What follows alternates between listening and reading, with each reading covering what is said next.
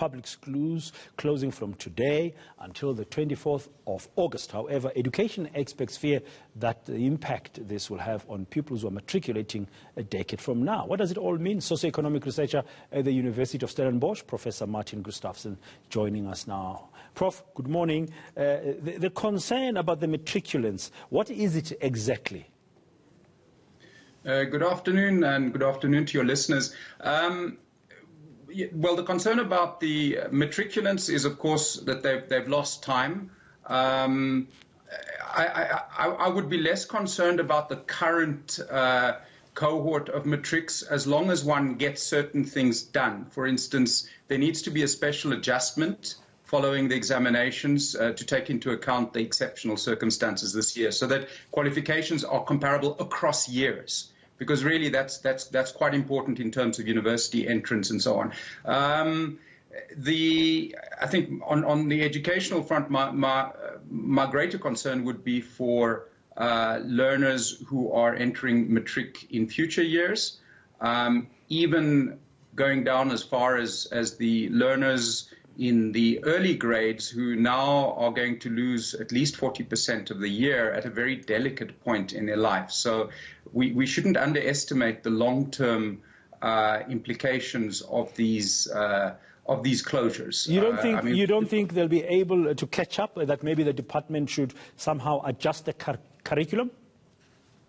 Look, catching up, of course, will happen, and will to some extent be successful. But one should remember that especially for younger learners in grades 1, 2, and 3, interruptions are, I think, more damaging than what many people realize.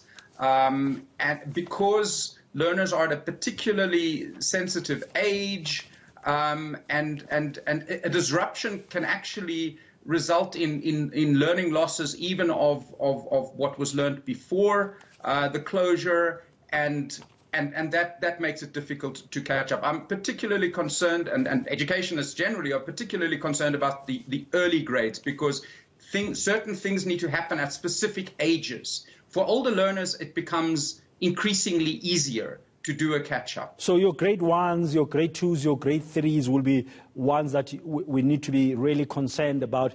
In your view, what can be done to address those concerns? Is it keeping the schools going on? We're hearing COSAS now this morning say they want all schools, including private schools, to shut down.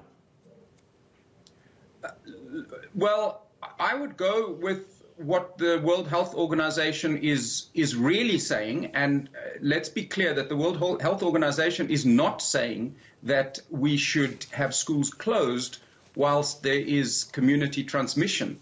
These are very, very difficult decisions to take, but the World Health Organization has not made that recommendation. We need to look at what other developing countries are doing, and many developing countries have had to take the decision to continue with schooling, assess the risks, both the risks of closures and the risk of having schools open. And, I think that the evidence suggests that we should keep schools open as far as possible because of the harm that school closures does, and also because, as the World Health Organization says, reopening or closing schools does not have a large impact on transmissions in society.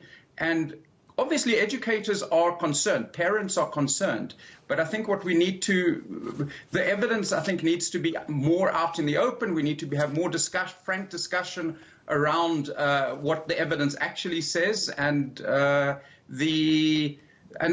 especially for younger children. The evidence is that transmissions are very low amongst children. Talking about transmissions and looking at situations like now current in Gauteng, where we are peaking. You look at KwaZulu-Natal, the Premier telling my colleague Yveka Rangapa a short while ago that KwaZulu-Natal is now in the eye in the storm.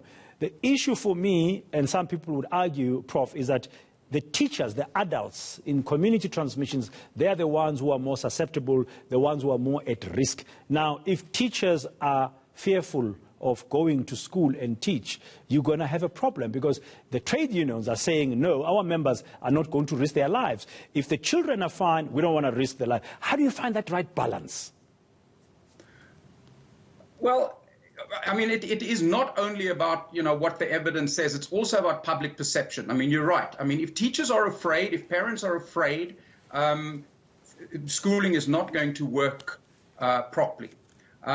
It can't work properly now in any case, but the question is, what is the best one can do with the current situation? And I go back to this point around transmissions. When the medical evidence says that transmissions are low amongst children, it doesn't only mean that children are not getting ill. It means that especially children below age 10 very rarely infect parents, very rarely infect teachers. And data that the Department of Basic Education has, that I've been involved in analyzing, confirms that. Where there are learner cases, these tend to be different schools to where there are educator cases. I'm not saying that this is not something to worry about. Certainly for older learners, I think there obviously are higher risks of transmission. But I think we need to differentiate between the different levels of the system and respond accordingly.